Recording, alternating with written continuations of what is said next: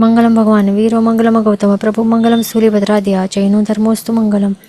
બધા જે પણ 14 ગુણ સ્થાનકો છે બધાનું શોર્ટમાં રિવિઝન કે સમરી લેવાનું આપણે સ્ટાર્ટ કર્યું હતું. પહેલું થઈ ગયું હતું, પહેલું ગુણ સ્થાનક. હવે બીજું ગુણ સ્થાનક સ્ટાર્ટ કરશું. એનું નામ શું છે? એનું નામ છે સાસ્વાદન સમ્યક દૃષ્ટિ. સાસ્વાદન સમ્યક દૃષ્ટિ ગુણસ્થાનક એનું નામ છે. એનું ડિસ્ક્રિપ્શનમાં શું બતાડે છે? ઉપશમ સમ્યક્ત્વથી પડીને મિથ્યાત્વે જતા સમ્યક્ત્વનો કંઈક સ્વાદ. એટલે કે શું? જે પણ જીવ ઉપશમ સમકિતિ હોય છે, ઉપશમ સમકિતિ એટલે કે ચોથા ગુણ સ્થાનક કે ચોથા ગુણ સ્થાનક વગેરે, એ ચોથા ઓનવર્ડ્સ ગુણ સ્થાનકમાં સમજો કે એ ઉપશમ સમકિત જ્યારે એનું રહેલું હોય છે અને અનંતાનુબંધી કશાયો જો એને ઉદય આવી જાય ઉદયમાં, તો પછી શું થાય છે? એ પડી જાય છે, સમ્યક્ત્વનું વમન કરે છે. એટલે કે સમ્યક્ત્વ ગુણનો આવરણ થઈ જશે, સમ્યક દર્શન ગુણનું આવરણ થાય છે કર્મોથી. એટલે સમ્યક્ત્વનું એણે ટેસ્ટ લઈને પછી વોમિટ કરી નાખ્યું. એટલે કે સમ્યક્ત્વનું પછી એ ગુણ છે એનું શું થાય છે? આવરણ થઈ જાય છે અને નીચે પડી જાય છે, બીજા ગુણ સ્થાનકે નીચે પડી જાય છે. તો એવા ગુણ સ્થાનકને કહેવાય છે સાસ્વાદન સમ્યક દૃષ્ટિ ગુણ સ્થાનક. અને અવશ્ય અહીંયાથી ઉતરીને હજી આગળ ક્યાં જશે? પહેલા ગુણ સ્થાનકે અવશ્ય જીવ જશે જ. એટલે બીજામાંથી ઉતરીને પહેલા ગુણ સ્થાનકે ઉતરી જ જશે કમ્પલસરી. એનું મિથ્યાત્વ મોહનીય કર્મનું ઉપશમ અને અનંતાનુબંધી કશાયનું ઉદય. એટલે કે શું છે કે આવા ટાઈપનું ત્યારે આત્માની એની સ્થિતિ રહેલી હોય છે. મિથ્યાત્વ મોહનીય કર્મનું તે ઉપશમ કરીને રહેલું હોય છે. આ કર્મનું હજી એનું દબાવેલું જ છે અહીંયા. માત્ર શું? અનંતાનુબંધી 4 કશાયોનું ઉદય થઈ ગયું છે. આ ઉદય થાય છે એના જ કારણે તો એ પડી જાય છે ને. ચોથા ગુણ સ્થાનક ઓનવર્ડ્સ રહેલું હોય છે. ઉપશમ સમકિતિ, ઉપશમ સમ્યક્ત્વ એના આત્મામાં પ્રગટેલું હોય છે, આ ટાઈપનું સમ્યક્ત્વ. અને અનંતાનુબંધી કશાયનું ઉદય થઈ જાય તો શું થાય છે? અને હજી એ વખતે ઉપશમ સમકિતિ જ ત્યારે એનું શું હોય છે? મિથ્યાત્વ મોહનીયનું ઉપશમ રહેલું હોય છે ને, મિથ્યાત્વના મોહનીય કર્મના દલિકોનું એને ઉપશમ આવેલું છે. એટલા માટે અહીંયા પણ આત્માની સ્થિતિ એવી છે કે હજી પણ એનું ઉપશમ જ છે. મિથ્યાત્વ મોહનીય કર્મના દલિકોનું ઉપશમીને જ રહેલા છે, માત્ર આ જ ઉદયમાં આવેલા છે. એટલા જ માટે તો શું કહેવાય છે કે સમકિતનું કંઈક સ્વાદ રહેલું છે, કારણ કે હજી એનું મિથ્યાત્વ મોહનીયનું ઉપશમ છે ને. એટલા માટે આ સ્થિતિમાં આ ગુણસ્થાનક ઉપર કાળ શું બતાડે છે? જગન્ય એક સમય અને ઉત્કૃષ્ટ 6 આવલિકા. જગન્યથી ઓછામાં ઓછું જીવ એક સમય સુધી ટકી શકે છે અને પછી નીચે પડી જાય, અથવા તો ઉત્કૃષ્ટથી 6 આવલિકા સુધી એ ત્યાં હોઈ શકે છે અને પછી પડી જાય નીચે. એટલે આ એનું રેન્જ છે. તો આવી રીતે સાસ્વાદન સમ્યક દૃષ્ટિ ગુણ સ્થાનક આપણે સમજી લીધું. હવે ત્રીજું છે મિશ્ર દૃષ્ટિ ગુણ સ્થાનક. મિશ્ર દૃષ્ટિ ગુણ સ્થાનક આ કેવું છે? મિશ્ર છે, મિક્સ્ડ છે. જીન વચન ઉપર રુચિ પણ નહીં હોય અને અરુચિ પણ નહીં હોય, ઇન્ટરેસ્ટ પણ નહીં હોય, ડિસઇન્ટરેસ્ટ પણ નહીં હોય. એ શા માટે એવું? કારણ કે મિશ્ર મોહનીય કર્મનું ઉદય રહેલું હોય છે વખતે જીવને. જે અર્ધશુદ્ધ પુંજ કહેવાય એવા ટાઈપના કર્મનું ઉદય રહેલું છે. જગન્યથી અંતર્મુહૂર્ત અને ઉત્કૃષ્ટથી પણ અંતર્મુહૂર્ત સુધી જીવ આ ગુણ સ્થાનકે રહેલું હોય છે. પછી ચોથો ગુણ સ્થાનક છે અવિરત સમ્યક દૃષ્ટિ ગુણ સ્થાનક. આ કેવું છે? સમ્યક દૃષ્ટિ છે જીવ. અહીંયા સમ્યક દર્શન ગુણ એ પ્રગટ થયો છે આત્મામાં, પણ હજી પણ એ કેવું છે? અવિરત છે. પાલનમાં કેવું છે? કમ્પ્લીટલી કર્મોથી અટકી નથી ગયું, કમ્પ્લીટલી એ કર્મોથી એ અટકી નથી ગયું, એ ખાસ ધ્યાન રાખવાનું. અલ્પ પણ પચખાણ એ લઈ નથી શકતો, નાનું પણ પચખાણ એ નથી લઈ શકતો. મન કે સમજણ બધી છે, કારણ કે સમ્યક દૃષ્ટિ છે, સમ્યક જ્ઞાની છે. સમ્યક જ્ઞાન અને સમ્યક દર્શન બંને એના આત્મામાં પ્રગટ થયા છે ગુણ. સાચી સમજણ અને સાચી દૃષ્ટિ બંને છે. સાચો માર્ગ સમજી શકે છે, સાચું જ્ઞાન છે, છતાં પણ એનું પાલન એ નથી કરી શકતો, એટલા માટે એને અવિરત કહેવાય છે. નાનું પણ એ પચખાણ, એને ખ્યાલ છે પચખાણ લેવું જોઈએ, પાપથી અટકવું જોઈએ, બધું સમ્યક જ્ઞાન છે એના પાસે, સાચી નોલેજ, સાચો દૃષ્ટિકોણ છે, છતાં પણ એનું પાલન નથી કરી શકતો, અલ્પ રીતે પણ. એનું રીઝન શું છે? કારણ કે એના પાસે કયો કર્મ ઉદયમાં છે? અપ્રત્યાખ્યાનીય કષાયોનું ઉદય રહેલું છે,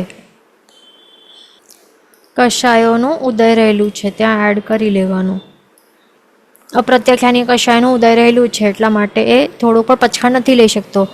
સમ્યક દૃષ્ટિ છે, સાચી દૃષ્ટિકોણ છે, સાચું જાણે છે, જીન વચન ઉપર શ્રદ્ધા છે, અને કયો પણ સમ્યક તો હોઈ શકે છે, ઉપશમ, ક્ષાપશમિક કે ક્ષાયિક સંકેતી, ત્રણેયમાંથી કયા પણ ટાઈપનું સમ્યક દર્શન હોઈ શકે છે આત્મામાં પ્રગટેલું.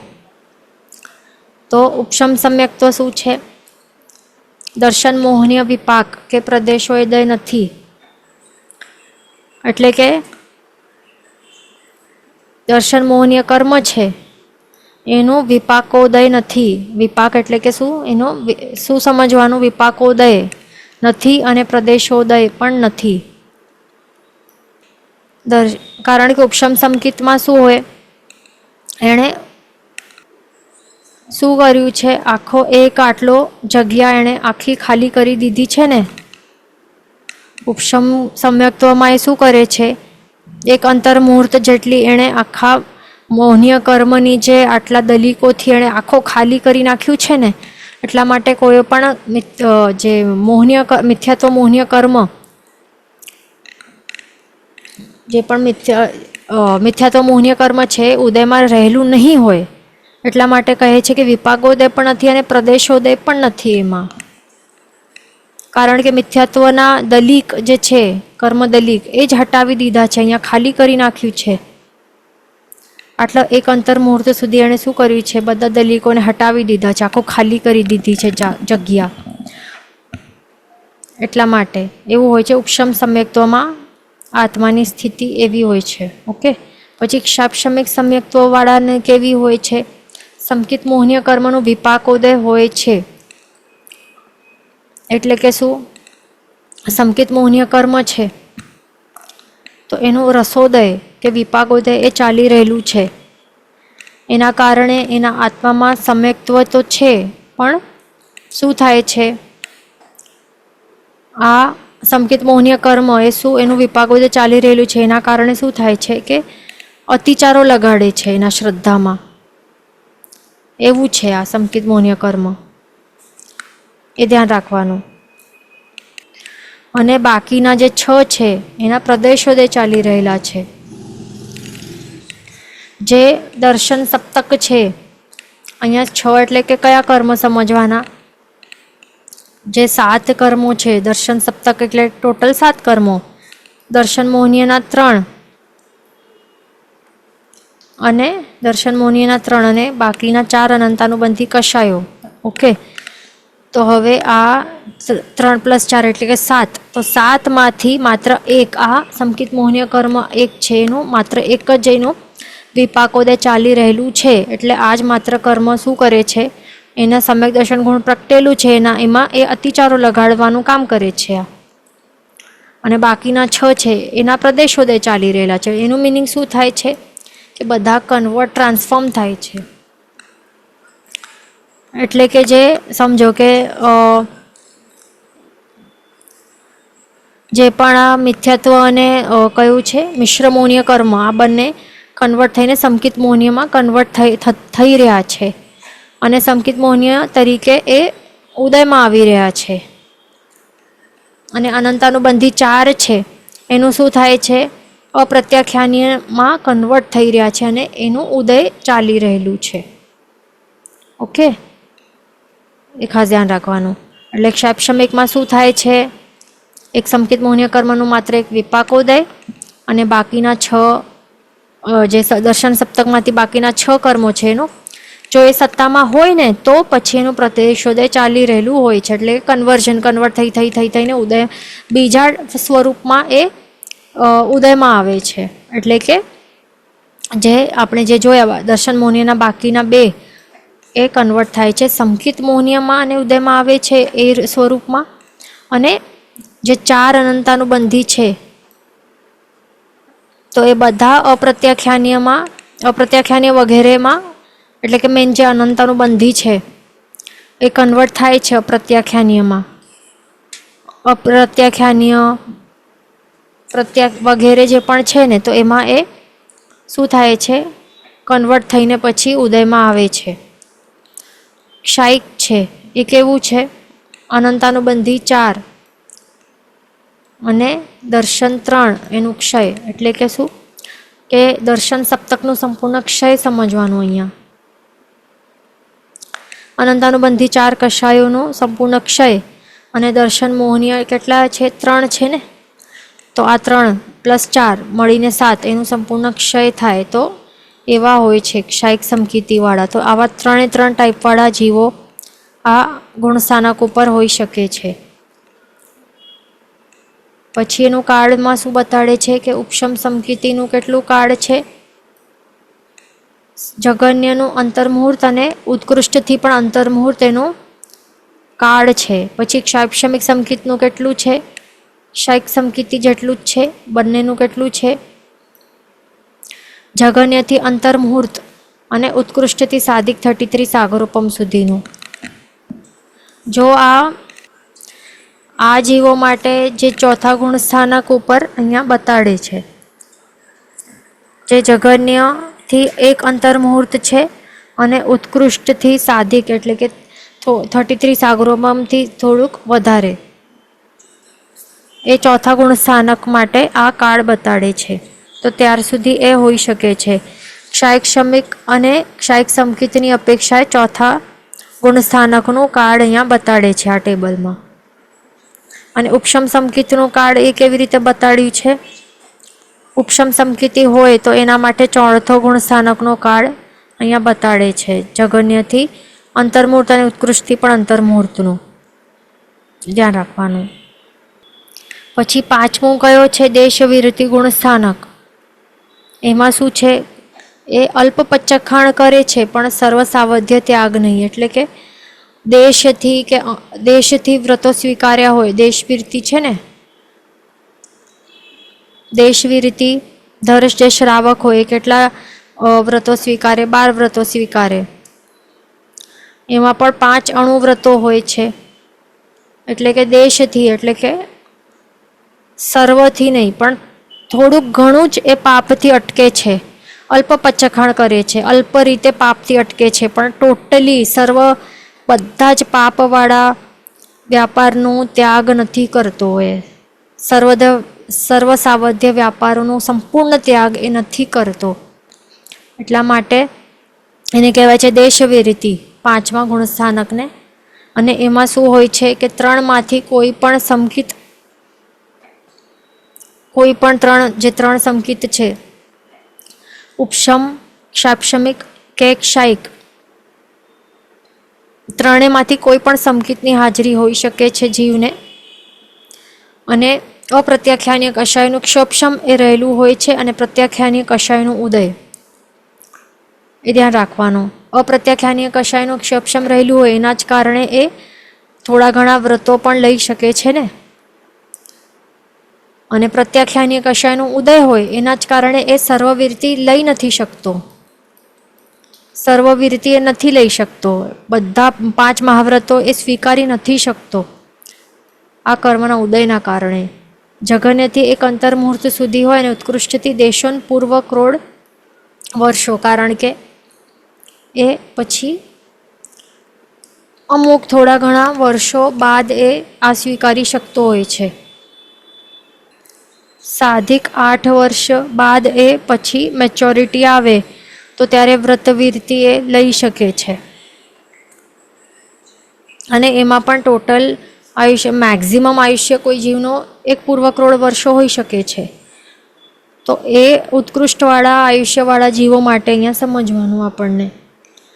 તો એનાથી વધારે આયુષ્યવાળા એ વીરતિ એ સ્વીકારી નથી શકતા.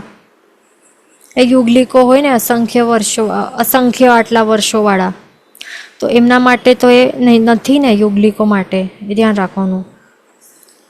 અને આ ગુણસ્થાનકો છે એ માત્ર તિર્યંચ અને મનુષ્ય માટે અહીંયા આ 5મો એ લાગુ પડે છે. એમાં પણ સંઘની પંચેન્દ્રિય તિર્યંચો હોય તે જ, અસંઘની સમૂર્છિમો માટે નથી. પછી 6થો ગુણસ્થાનક છે સર્વવીરતિ ગુણસ્થાનક કે પ્રમત સંયત. બંને એના નામ છે, બંને રાઈટ છે. કોઈ પણ જે પણ બંને યાદ રાખવાના છે આપણને. એમાં શું હોય છે કે સર્વ સાવધ્ય પચખાણ કરે પણ વિષય કશાય નિદ્રાદી આંશિક પ્રમાદ વ્યક્ત હોય છે. એટલે કે શું છે કે આ સર્વવીરતિ કે પ્રમત સંયત ગુણસ્થાનકવાળા આ જીવો આ ગુણસ્થાનક ઉપર શા માટે છે? કારણ કે એમણે તો સર્વવીરતિ સ્વીકાર્યું છે, બધા જ સાવધ્ય વ્યાપારોનું ત્યાગનું પચખાણ લઈ લીધું છે, 5 મહાવ્રતો લઈ લીધા છે, છતાં પણ વિષયો છે, કષાયો છે, નિદ્રા આદિ આંશિક પ્રમાદ વ્યક્ત હોય છે. એટલે કે આ જે પ્રમાદના અલગ અલગ બધા ટાઈપ્સ છે, પ્રકારો છે, અમુક અહીંયા પ્રકારો બતાડ્યા છે. એ બધા પ્રમાદ કહેવાય છે, પ્રમાદમાં આવે છે. કોઈ જીવ કશાય કરે પણ પ્રમાદ જ કહેવાય. વિષયો કરે, ઇન્દ્રિયોના વિષયમાં એ આસક્ત થાય તો પણ એને પ્રમાદ કહેવાય. નિદ્રા કરે કે પોતાની લબ્ધિઓનો વપરાશ કરે તો એને પણ પ્રમાદનું સેવન કર્યું તે જ કહેવાય. એવું છે. એટલા માટે હવે બીજું એ ધ્યાન રાખવાનું કે આપણને કેટલા સાધુજી ભગવંતો હમણાંના કાળમાં આપણને લાગતા હશે કે અરે તો આ તો કેટલા કશાયી છે. તો અહીંયા આપણને દેખાય છે કે એમાં રહેલું હોય છે, પોસિબિલિટી રહેલી હોય છે. તો એમાં આપણને જજ નહીં કરવાનું. આપણે એ લેવલ ઉપર પણ નથી ને, એ લેવલ ઉપર પણ આપણે પહોંચ્યા નથી અને ઉપરવાળા લેવલવાળાને આપણે નિંદા ટીકા ટિપ્પણી કરીએ તો આપણા પોતાના જ પાપ કર્મનું બંધ થાય. આપણે ધ્યાન રાખવાનું કે કોઈ પણ હજી આ જે હમણાંના કાળમાં કોઈ પણ કેવલ જ્ઞાન સુધી પહોંચ્યો નથી. બધા ટ્રાય કરી રહ્યા છે. જે આટલું પણ ટ્રાય કરે છે તે તો કેવા કહેવાય, મહાત્મા કહેવાય. તો આવા મહાત્મા, આવા ગુણીજનોનું જે ટ્રાય કરે છે, ભલે એમનામાં કશાયોદય દેખાતું હોય કે કોઈ પ્રમાદો દેખાતા હોય, છતાં પણ એ ટ્રાય કરી રહ્યા છે આપણાથી ઘણું વધારે. પ્રભુએ જે કહ્યું છે એ માર્ગ ઉપર આવ્યા છે, તો એમનું આપણને ટીકા ટિપ્પણી નિંદા બધું આપણને નહીં કરવાનું. કારણ કે આપણે કોઈ મહાન નથી, એ ખાસ ધ્યાન રાખવાનું. આપણે પોતે કેવલી તો છીએ નથી. અને દીક્ષા પણ આપણે કાંઈ 5 મહાવ્રત પણ લીધા નથી. આપણે ઘણા નીચાના લેવલના છીએ. તો ઉપરના જે નવકારમાં જે 5 પરમેષ્ઠીમાં આવે છે એ પદ ઉપર, તો એમનામાં જે હજી ટ્રાય કરી રહ્યા છે એમનામાં કાંઈ દેખાય તો નિંદા વગેરે કરશું તો આપણે તો પહેલા ગુણસ્થાનક ઉપર પડી જશું. ખાસ ધ્યાન રાખવાનું. બીજું શું છે? 3માંથી કોઈ પણ સમકિત, પ્રત્યાખ્યાનીય, કષાય, ક્ષોપશમ, સંજ્વલન, કષાય, ઉદય. તો 3માંથી કોઈ પણ સમકિત હોઈ શકે છે આત્મામાં. ઉપશમ સમકિત, ક્ષાપશમિક સમકિત કે ક્ષાયિક સમકિત. કોઈ પણ 3 ટાઈપના સમકિતધારી જીવ આ 6થા ઉપર હોઈ શકે છે. બીજું આ પ્રત્યાખ્યાનીય કષાયનું ક્ષોપશમ રહેલું હોય એના જ કારણે તો આ સર્વવીરતિ સ્વીકારી શકે છે. અને સંજ્વલન કષાયનું ઉદય રહેલું હોય છે એના જ કારણે તેઓ આ જીવો જે છે એ હજી આગળ એ શું કહેવાય કે ઉદય તો રહેલું હોય જ છે. આ સંજ્વલન કષાયનું પછી 10મા સુધી તો એ રહેલું હોય છે. એ ખાસ ધ્યાન રાખવાનું. એટલે એમને ઉદય રહેલું હોય. પછી જઘન્ય એક સમય અને ઉત્કૃષ્ટથી એક અંતર મુહૂર્ત સુધી આ જીવો આ ગુણસ્થાનક ઉપર ટકી શકે છે. પછી સાતમો ગુણસ્થાનક છે અપ્રમત્ત સંયત ગુણસ્થાનક. આ કેવું છે, જે પણ જીવને હોય, જે પણ જીવ સાતમા ગુણસ્થાનકે હોય તો એ કેવું હોય, સર્વવીરતિવાળું હોય, પણ પ્રમાદ નહીં હોય એમાં. જે પણ આ વિષયો, કષાયો કે નિદ્રા વગેરે એ નહીં કરે. પ્લસ એમને કેવું હોય છે કે લબ્ધિ હોય ને તો લબ્ધિનો ઉપયોગ પણ એ નહીં કરે ત્યારે, કારણ કે લબ્ધિનો ઉપયોગ પણ પ્રમાદ જ કહેવાય. એટલા જ માટે એમને કહેવાય અપ્રમત્ત સંયત કહેવાય છે.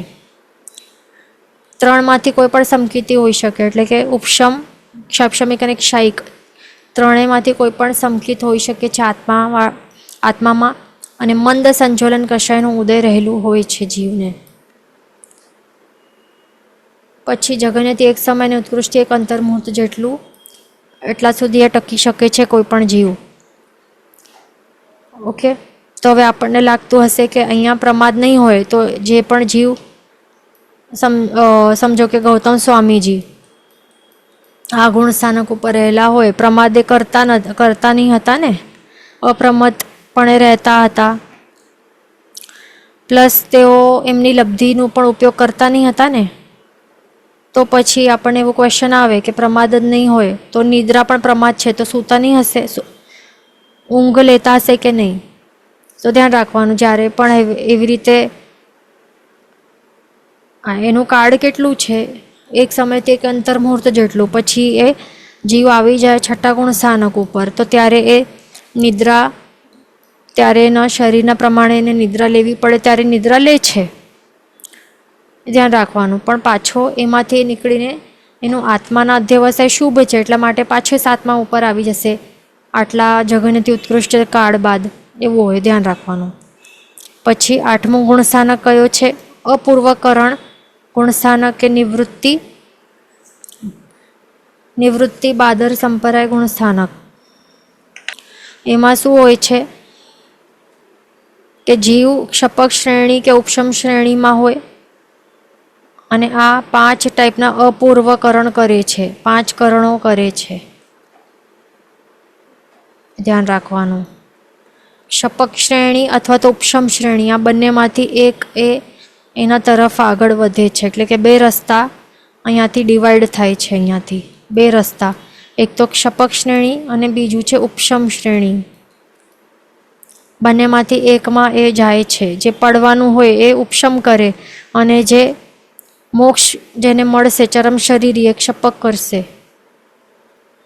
5 કરણો પણ કરે છે આ, એ પણ 5 કરણ, 5 અપૂર્વ કરણ કરે છે. એટલે પૂર્વે ક્યારેય કર્યું નથી. અપૂર્વ એટલે કે પહેલાં ક્યારે કર્યું નથી એવા ટાઈપના કરણો, એવી ટાઈપની પ્રક્રિયાઓ કરશે. કઈ છે, સ્થિતિઘાત, એ પણ કેવી અપૂર્વ સ્થિતિઘાત, અપૂર્વ રસઘાત, પછી ગુણશ્રેણી, ગુણસંક્રમ અને અપૂર્વ સ્થિતિબંધ, આવા ટાઈપના આ એને ક્યારે પણ નથી કરે એવા ટાઈપના કરણો કરશે. પછી ઉપશમ શ્રેણીમાં એ શું કરશે, ઉપશમ કે ક્ષાયિક સમકિતિ જીવ હશે. ઉપશમ શ્રેણી કોણ કરે, ઉપશમ, આ બંને ટાઈપના સમકિતિ જીવો ઉપશમ શ્રેણી કરી શકે છે, ઉપશમ સમકિતિ અથવા તો ક્ષાયિક સમકિતિ. અને ક્ષપક શ્રેણી કોણ કરી શકે છે, માત્ર ક્ષાયિક સમકિતિ જીવ. પછી પૂર્વ કરતાં મંદ સંજોલન કષાય ઉદય રહેલા હોય છે, કારણ કે શું નામ છે, અપૂર્વકરણ. પહેલાં જેટલા હતા એનાથી પણ અહીંયા સાતમામાં કેટલા હતા, મંદ સંજોલન કષાયનું ઉદય કેટલું હતું, એનાથી પણ વધારે માત્રામાં મંદતર લેવલના સંજોલન કષાયનું ઉદય રહેલું હોય છે અહીંયા. બીજું, આ ગુણસ્થાનક વર્તી કોઈ પણ એક સમયે રહેલા જીવના અધ્યવસાયમાં તરતમતા શક્ય હોય છે, કારણ કે એનું શું નામ છે, નિવૃત્તિ બાદર સંપરાય ગુણસ્થાનક. એટલે કે એક સમય સેમ એક જ સમય છે તો એના ઉપર કેટલા બધા જીવો હોઈ શકે, પહેલાં પૂર્વમાં હતા, હમણાં છે અને ફ્યુચરમાં રહેલા હશે. તો બધાના અધ્યવસાયોનું આપણે જે લેવલ આપણે માપીએ તો કેવું હોય, અધ્યવસાયોની વિશુદ્ધિમાં કેટલી હોય, સેમ નહીં હોય પણ ડિફરન્સ હોય, તરતમતાઓ હોય છે, એ શક્ય છે. એનું કાળ કેટલું છે? જગન્યથી એક સમય અને ઉત્કૃષ્ટથી એક અંતર મુહૂર્ત જેટલું એનું કાળ છે. પછી 9મું ગુણસ્થાનકનું નામ શું છે? અનિવૃત્તિ કે બાદર સંપરાય ગુણસ્થાનક. તો એ પણ કેવું હોય છે? એમાં સ્થિતિઘાત આદિ 5 પૂર્વ સહિત હોય છે. અને ઉપશમ શ્રેણીમાં ચારિત્ર મોહનીયનો ઉપશમ અને ક્ષપક શ્રેણીમાં ક્ષય. એટલે કે શું છે આ?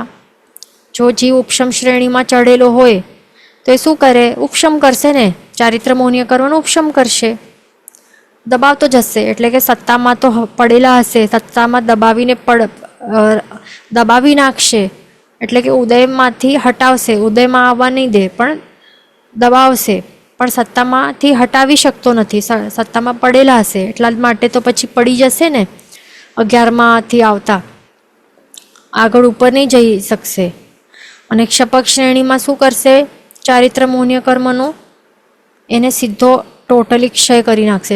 ક્ષય એટલે કે એવા ટાઈપનું ક્ષય કે આ સત્તામાંથી કાઢી નાખે એવો ક્ષય.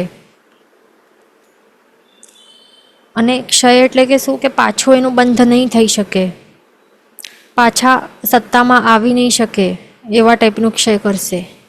પછી ચરમ સમય સૂક્ષ્મ લોભ સિવાય ચારિત્ર મોહનીય કર્મની સર્વ પ્રકૃતિઓ ઉપશાંત કે ક્ષય થાય છે.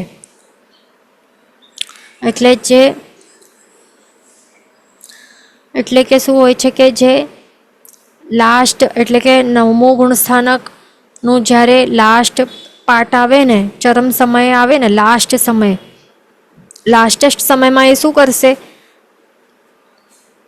એક આ માત્ર સૂક્ષ્મ લોભ કશા ચારિત્ર મોહનીય કર્મ, આ માત્ર એક કર્મ છોડીને બીજા બધા ચારિત્ર મોહનીય કર્મોના બધા પ્રકૃતિઓનું શું કરશે? ઉપશમક જીવ હશે તો એ ઉપશાંત કરી નાખશે, દબાવી નાખશે. અને જો ક્ષપક જીવ હશે, ક્ષપક શ્રેણીવાળો ક્ષપક જીવ હશે તો એ બધા જ કર્મોનું, સૂક્ષ્મ લોભ સિવાયના બધા ચારિત્ર મોહનીય કર્મની પ્રકૃતિઓનો સર્વક્ષય કરી નાખશે લાસ્ટ સમયમાં આવીને.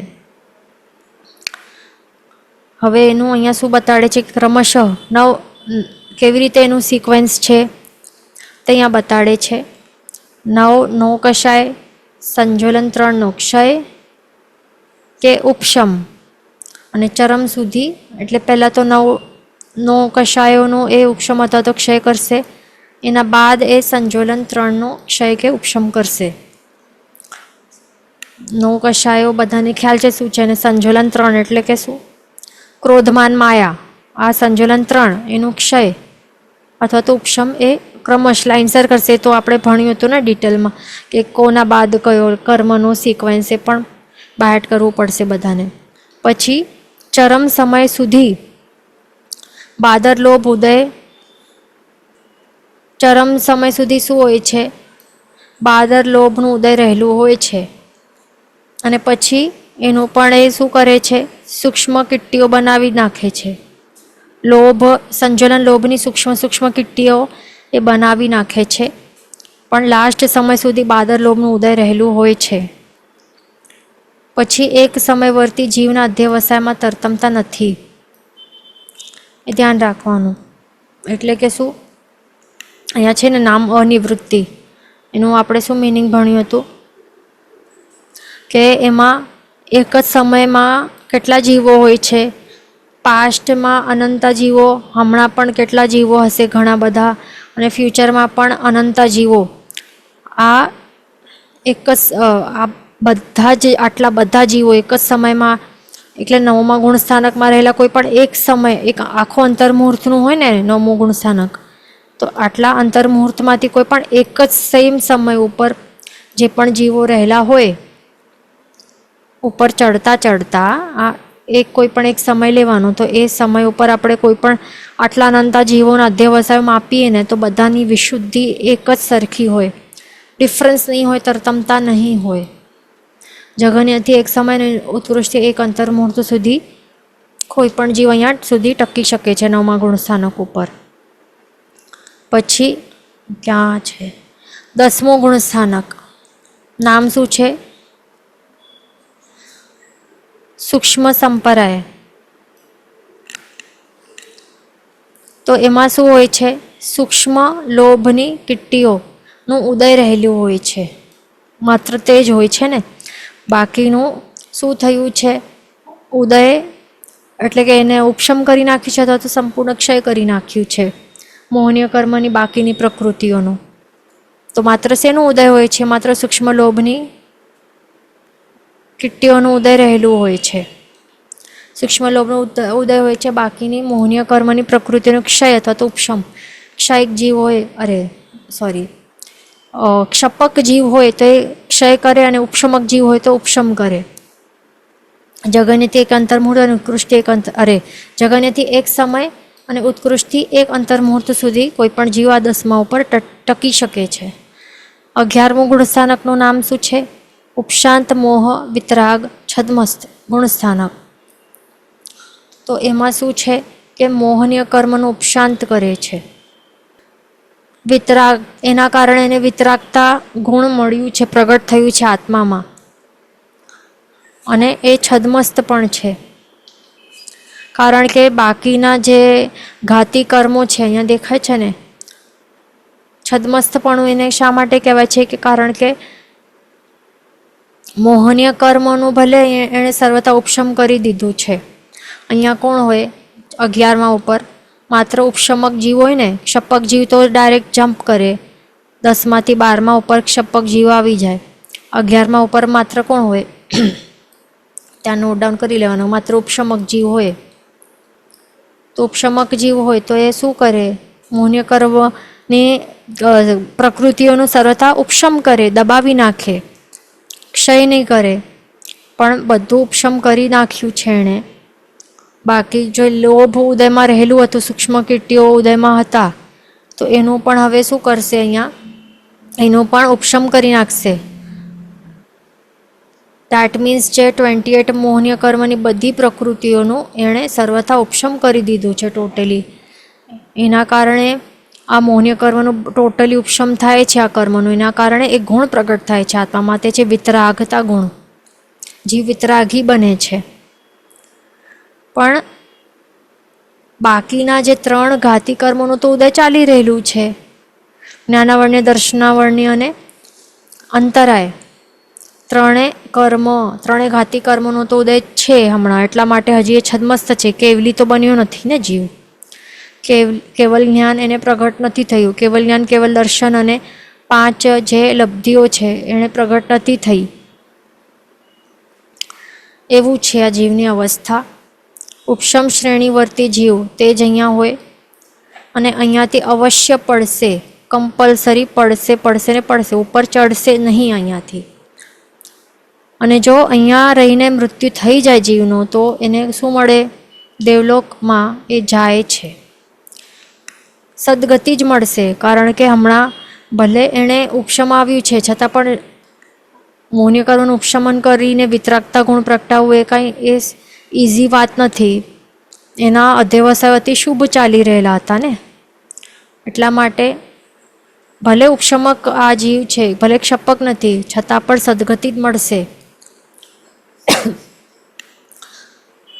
પ્લસ એ 11મા ગુણસ્થાનક ઉપર છે. દેટ મીન્સ એ ઓબ્વિયસલી સમકીર્તિ તો છે જ ને. સમકીર્તિ જીવ હોય, એનું મૃત્યુ થાય તો એને શું મળે? નિયમમાં દેવલોક જ મળે ને. આ મનુષ્યને દેવલોક જ મળશે. અને દેવલોકમાં પણ એ 4થા ગુણસ્થાનકે હશે. એટલે પડીને એ 11માંથી પડશે તો પડીને 4થે ઉપર અહીંયા અટકી જશે પડીને. એટલે સમકીર્તિપણું મળશે, એટલે સમકીર્તિ દેવતા બનશે. અને જો મૃત્યુ નહીં થાય, 11મા ગુણસ્થાનકે રહેલું હતું અને ત્યારે એ મૃત્યુ નહીં થયો, તો પછી શું થશે? તો એ અંતર્મુહૂર્ત પછી આખો એ 11મો ગુણસ્થાનકનું અંતર્મુહૂર્ત એ કમ્પ્લીટ કરી લેશે. પછી ક્રમશઃ નીચે પડશે. એટલે કે 11 થી 10, 9, 8, 7 એવી રીતે નીચે પડશે અને ક્યાં અટકી સ્થિર થઈ જશે? 6ઠ્ઠા ઉપર સ્થિર થઈ શકશે. ત્યાં ભાવ ટકાવ્યા તો ઠીક, નહીં ટકાવ્યા તો 5મે ઉપર પડશે. અહીંયા પણ ભાવ ટકાવી શક્યો તો ઠીક, નહીં તો 4થા ઉપર પડશે. અહીંયા સુધી એ ગુણોનું રક્ષણ કરી શક્યો, સમકિત ગુણનું, તો ઠીક, નહીં તો અહીંયાથી પણ સમકિતનું વમન કરી દેશે અને જઈને પછી એક ઉપર સ્થિર થઈ શકશે, એવું છે આ. જગન્યથી એક સમય અને ઉત્કૃષ્ટથી એક અંતર્મુહૂર્ત જેટલા સુધી કોઈ પણ જીવ અહીંયા સુધી ટકી શકે છે 11મા ગુણસ્થાનક ઉપર. પછી છે 12મું ગુણસ્થાનકનું નામ શું છે? ક્ષીણ મોહ વિતરાગ છદ્મસ્ત ગુણસ્થાનક. તો ક્ષીણ મોહ છે અને ટોટલી એણે શું કર્યું છે? જીવ ક્ષપક શ્રેણીવર્તી જીવ હોય છે ને, માત્ર તે જ અહીંયા આવી શકે છે. એક ઉપશમક જીવ તો પડી ગયો ને, 11માંથી ઉપર એ પાર તો કરી જ નહીં શકશે ક્યારેય પણ. માત્ર ક્ષપક જીવ એટલે એ જે માત્ર ક્ષપક જીવ છે, ક્ષપક શ્રેણી માંડી રહ્યો છે, એ જીવ જ અહીંયા આવી શકશે 10માંથી ડાયરેક્ટલી જમ્પ કરીને 12મા ઉપર. તો આ ક્ષપક જીવ શું કરે? ક્ષય જ કરશે ને. બાકીનું જે રહેલું હતો અહીંયા 10મા ઉપર શું હતો? સૂક્ષ્મ લોભના ઉદયવાળા હતો ને જીવ અહીંયા.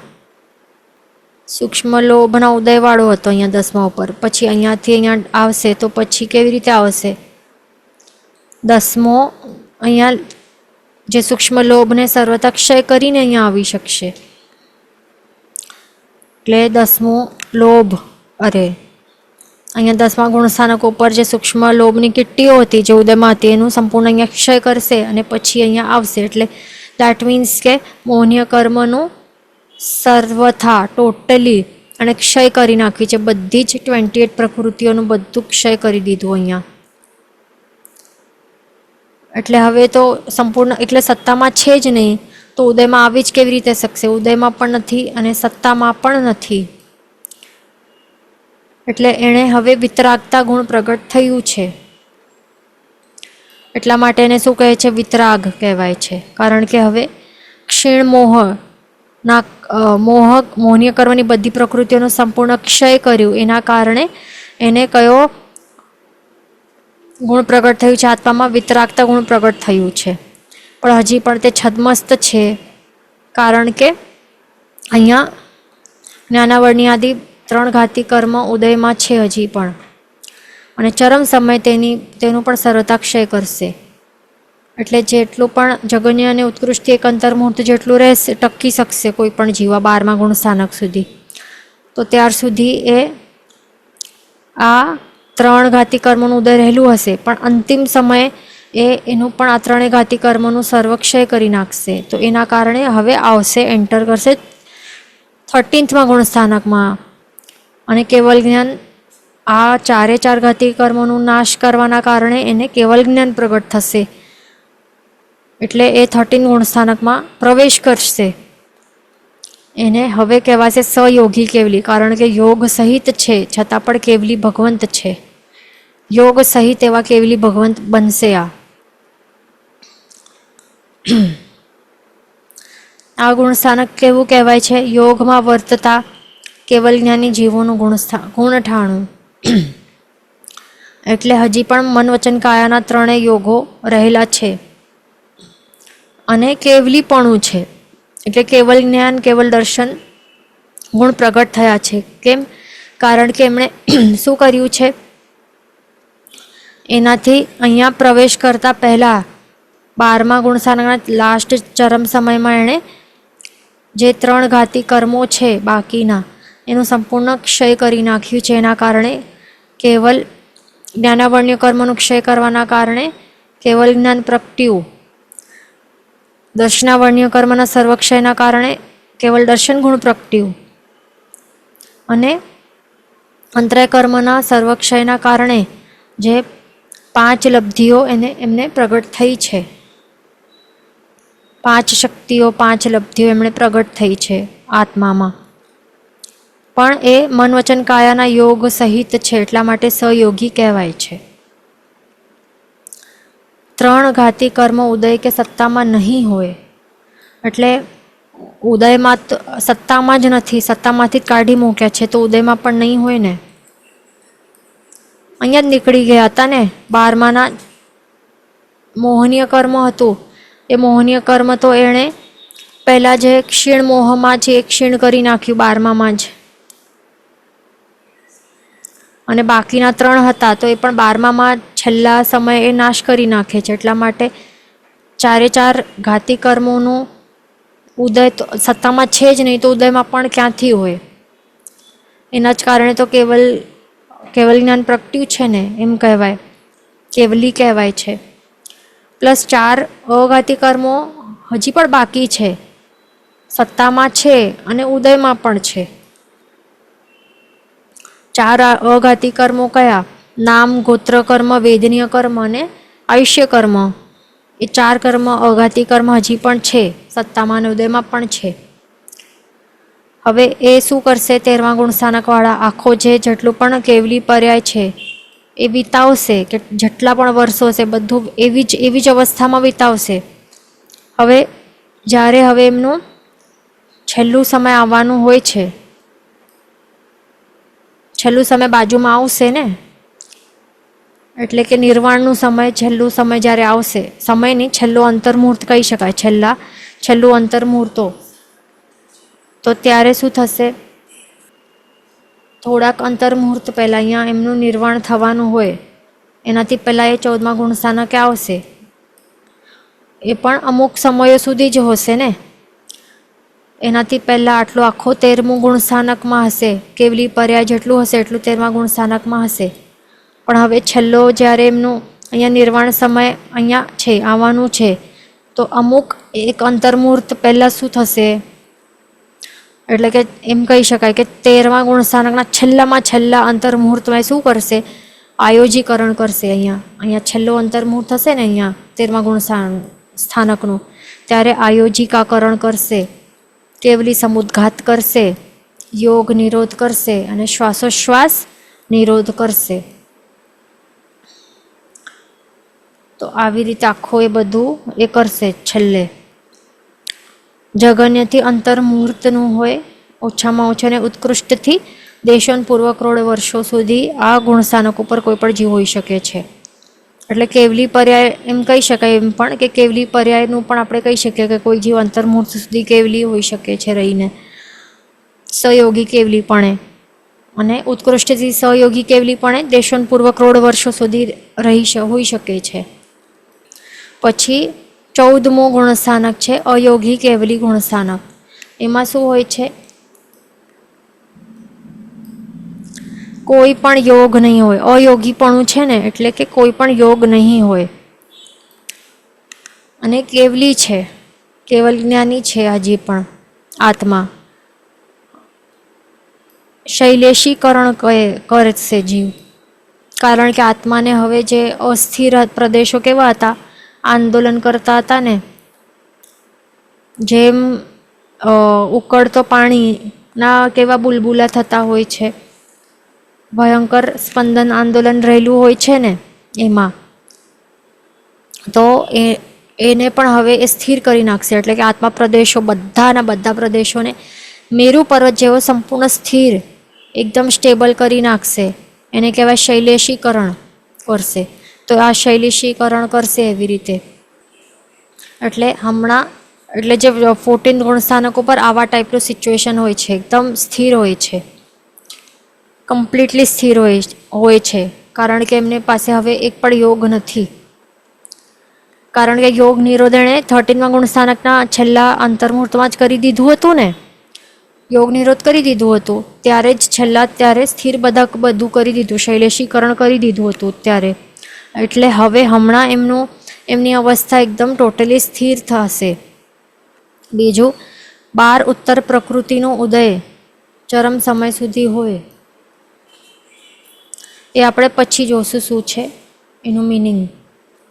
અને સામાન્યથી 5 હ્રસ્વાક્ષર ઉચ્ચારણ જેટલો કાળ હોય. આપણે જોઈને અ ઈ ઉ ઋ લૃ, એ જે નાના 5 હ્રસ્વાક્ષર સુધી આપણે ઉચ્ચારણ કરવા માટે કેટલો સમય લાગે, જેટલો કાળ લાગે, બસ ત્યાર સુધી કોઈ પણ જીવા 14મા ગુણ સ્થાનકે અને પછીનું નિર્વાણ થઈ જાય. એટલે કે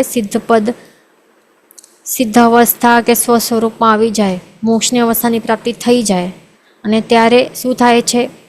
અક્ષય બાકીના જે અહીંયા જે સમય, એટલે કે અહીંયા અંતિમમાં શું થાય છે? અહીંયા જે 4 અઘાતી કર્મો છે ને, તે પણ અહીંયા એડ કરી લેવાનું. 4 અઘાતી કર્મોનું સંપૂર્ણ નાશ કરી નાખશે. તો આપણે જે અહીંયા જોયા ને કે 12 ઉત્તર પ્રકૃતિઓ, તો 12 ઉત્તર પ્રકૃતિઓ કઈ છે? જે 4 અઘાતી કર્મોની જ 12 ઉત્તર પ્રકૃતિઓ છે. તો એનું પણ એ છેલ્લા ચરમ સમયમાં એકદમ લાસ્ટ સમય સુધી રહેલી હોય છે અને છેલ્લા સમયમાં પછી એ બધી એનું શું કરશે? સંપૂર્ણ ક્ષય કરી નાખશે, એટલે સત્તામાંથી કાઢી નાખશે અને પાછો ક્યારેય પણ એનું બંધ થઈ જ નહીં શકશે, એવી રીતે નાશ કરી નાખશે. આ છે 12 ઉત્તર પ્રકૃતિઓ કઈ છે તે આપણે સમજી લઈએ. જે શાતા કે અશાતા, અહીંયા આપણને શું દેખાય છે? બીજું કાંઈ નથી જોવાનું, અહીંયા જે દેખાય છે તે જોવાનું છે. શાતા કે અશાતા વેદનીય કર્મ તે 1, પછી મનુષ્ય આયુષ્ય કર્મ તે 1, પછી શું છે? મનુષ્ય ગતિ નામ કર્મ તે 1, પંચેન્દ્રિય જાતિ નામ કર્મ તે 1, પ્લસ પછી જીન નામ કર્મ તે 1, પ્લસ ત્રસ 3, આ ત્રસ નામ કર્મ, બાદર નામ કર્મ અને પર્યાપ્ત નામ કર્મ, આ 3 નામ કર્મો, પ્લસ સુભગ નામ કર્મ, આદેય નામ કર્મ, યશ નામ કર્મ અને ઉચ્ચ ગોત્ર કર્મ. એ કેટલા થયા બધા મળીને? 12. 1 2 3 4 5 6 7 8 9 10 11 12. તો આવી રીતે 12 કર્મો અહીંયા દેખાય છે આપણને. તો આ 12 કર્મો એ ક્યાર સુધી હોય છે? એ ઉદયમાં, આ જે 14મો ગુણસ્થાનકનો જે છેલ્લો સમય હોય ને, એ છેલ્લા સમય સુધી આ ઉદયમાં બધા રહેલા હોય છે. છેલ્લા સમય સુધી ઠેઠ ત્યાર સુધી હોય છે. કારણ કે આ હોવા જ જોઈએ ને, નહીં તો પછી આ બધું ચાલ્યો કે આ ગતિમાં જ છે ને. છેલ્લા સમય સુધી એ મનુષ્ય જ ગણાય ને, પંચેન્દ્રિય પણ જ ગણાય, મનુષ્ય જ ગણાય ને. જે તીર્થંકર હોય તેમનો તીર્થંકર નામ કર્મ પણ હોય ત્યાર સુધી ઉદયમાં, છેલ્લા સમય સુધી. મનુષ્ય આયુષ્ય કર્મ એ પણ છેલ્લા સુધી હોય. આ નાશ થાય તો જ પછી એનું એ ભવ નાશ થાય ને, એટલે કે જે છેલ્લો એ ભવ છે એ નાશ થશે તો પછી જ નિર્વાણ થઈ શકશે. અને આ બધા નામકર્મો છે, આ બધા ત્રસપણું પણ હોય છેલ્લા સમય સુધી, બાદરપણું પણ હોય, પર્યાપ્તપણું જ હોય, સૌભાગ્ય, સુભગ, પછી આદેય યશ અને ઉચ્ચ ગોત્ર કર્મ, આ બધા છેલ્લા સમય સુધી ઉદયમાં હોય. અને અહીંયા છે શાતા કે અશાતા વેદનીય, કોઈ પણ એક હોય. હવે સમજો કે જીવને શાતા એટલે છેલ્લા સમય એવું હોય ને, જેમ કે આ ખંદક મુનિ છે કે ગજસુકોમાલ મુનિ છે, એમનો અંતિમ સમયે વેદના હતી ને, એમને ઉપસર્ગ થયા હતા ને એમના સાથે. કારણ અને અશાતા વેદનીય કર્મ ઉદયમાં હતો એમને છેલ્લા સમયે, તો એમના માટે આ સમજવાનું. પણ જે પણ તીર્થંકર ના જીવો હોય છે, તીર્થંકર જીવો બધાના શાતા વેદનીય કર્મ એમના બધાના ઉદયમાં હોય છેલ્લા સમયે. અને જે પણ આ હોય, જે સામાન્ય કેવલી ભગવંતોમાં ઘણા, એટલે કે બધા જ નહીં, એમાં કેટલાક હોઈ શકે છે, કેટલાક શાતાવાળા હોય કે કેટલાક અશાતા વેદનીય કર્મના ઉદયવાળા હોય, કોઈ પણ હોઈ શકે છે. સામાન્ય કેવલી જે ભગવંતોમાંથી, આ બંનેમાંથી કાંઈ પણ એક હોઈ શકે છે, એમને ધ્યાન રાખવાનું. તો આવી રીતે આપણે શું જોયું કે આ 12 પ્રકૃતિઓ છે એ ઠેઠ છેલ્લા સમય સુધી ઉદયમાં રહેલી હોય છે જીવને. અહીંયા આવી છે શરીર સાથે જોડાયેલા છે આ 12 પ્રકૃતિઓ. તો 12માંથી ઘણી બધી પ્રકૃતિઓ શરીર સાથે જોડાયેલી છે, પણ જે યશ છે, આદેય છે, એ બધા અમુક પ્રકૃતિઓ શરીર સાથે જોડાયેલી નથી, એટલે ધ્યાન રાખવાનું. તો આવી રીતે આપણે જોયું. હા, તો પછી આ છેલ્લા સમય સુધી આ ઉદયમાં હોય, પણ પછી એ શું થાય, એનો પણ નાશ કરી નાખે છે. બાકીના જે 4 અઘાતી કર્મોનો સર્વથા સંપૂર્ણ નાશ કરે છે, અહીંયા ક્ષય કરી નાખે છે. તો હવે એ ક્ષય થઈ જશે તો પછી કેવા ટાઈપની અવસ્થા પ્રગટ થશે? આત્માની સ્વ સ્વરૂપ આત્માનું જે સ્વ સ્વરૂપ છે પ્રગટ થશે એ કેવી છે? અક્ષય સ્થિતિવાળો આત્મા છે, વિતરાગતા ગુણવાળો, જ્ઞાન દર્શનના ઉપયોગવાળો હશે આત્મા. અનંત અવ્યાબાદ કોટીના સુખનો ઉપભોગ કરતો કરતો એ જીવ પછી સ્થિર થઈને રહેશે સિદ્ધ ક્ષેત્રમાં ઇન્ફાઇનાઇટ ટાઈમ સુધી, અનએન્ડિંગ સમય સુધી, સાદી અનંતકાળ સુધી, જેનું સ્ટાર્ટ છે પણ અંત નથી. સર્વકર્મ રહિત અવસ્થા છે હવે જીવ, એવી અવસ્થામાં છે. અને કન્ટિન્યુઅસલી શું કરી રહ્યો છે? આપણને ક્વેશ્ચન થાય કે શું કરે છે? તો જ્ઞાન અને દર્શનના ઉપયોગમાં રહેલો છે જીવ. એટલે કે અનંત જ્ઞાનથી એ જાણી રહ્યો છે અને અનંત દર્શનથી એ જોઈ રહ્યો છે. ક્યાં? લોકાલોકમાં એક સાથે. ત્રણેય કાળના બધા પદાર્થો એક સાથે, એક જ સમય, એક સાથે એ જાણે છે અને પછી જોએ છે. અને એ પણ એના પર સર્વદ્રવ્યના સર્વ પર્યાયો. અને બીજું, એ જે પણ સુખ છે, અનંત અવ્યાબાદ સુખ છે, એનું ઉપભોગ કરી રહ્યો છે. અને એના જે પોતાના ગુણો છે, આત્મિક ગુણો, એનું ગુણોનો ભોગવટો કરી રહ્યો છે. બીજું અહીંયા એક ક્વેશ્ચન છે કે આયોજિકાકરણ એટલે કે શું? તો એ આપણે એમ તો ડિટેલમાં આપણે ક્લાસમાં જોઈ લીધું હતું, પણ શોર્ટમાં એ સમજી લેવાનું કે જે પણ કેવલી ભગવંતની દૃષ્ટિરૂપ મર્યાદાએ અત્યંત પ્રશસ્ત મનવચન અને કાયાનો વ્યાપાર, એને કહેવાય છે આયોજિકાકરણ. એટલે કે અત્યંત શુભ મન, વચન અને કાયાનો આ ત્રણેય યોગનો અતિશુભ વ્યાપાર એટલે કે યુઝ કરવો, એને કહેવાય છે આયોજિકાકરણ.